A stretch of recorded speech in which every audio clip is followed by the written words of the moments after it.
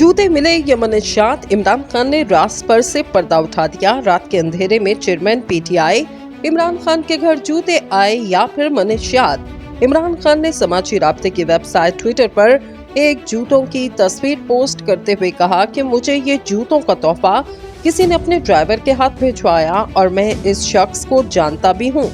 इमरान खान का कहना है, मगर अब 2 दिन बाद पुलिस इस गरीब ड्राइवर के घर पहुंची और इसे डराया धमकाया ताकि वो ये कहने पर मजबूर हो जाए कि जो डब्बा इसने खान साहब को दिया इसमें मनशियात मौजूद थी।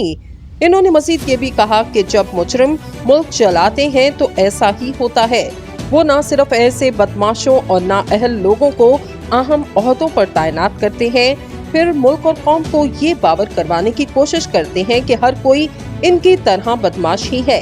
इसके अलावा ये इस मुजरमाना इदारे की मायूसी को जाहिर करता है।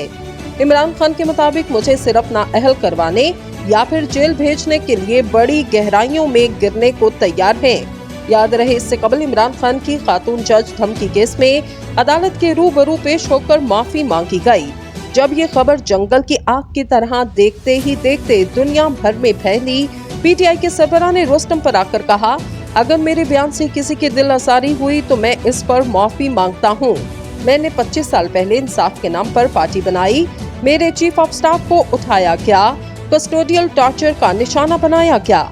इस पर रद्द-ए-अमल देते हुए जोशे खताबत में कानूनी कार्रवाई करने का कहा। अगर मैंने लाइन क्रॉस की है तो मैं इस हवाले से माफी मांगता हूँ।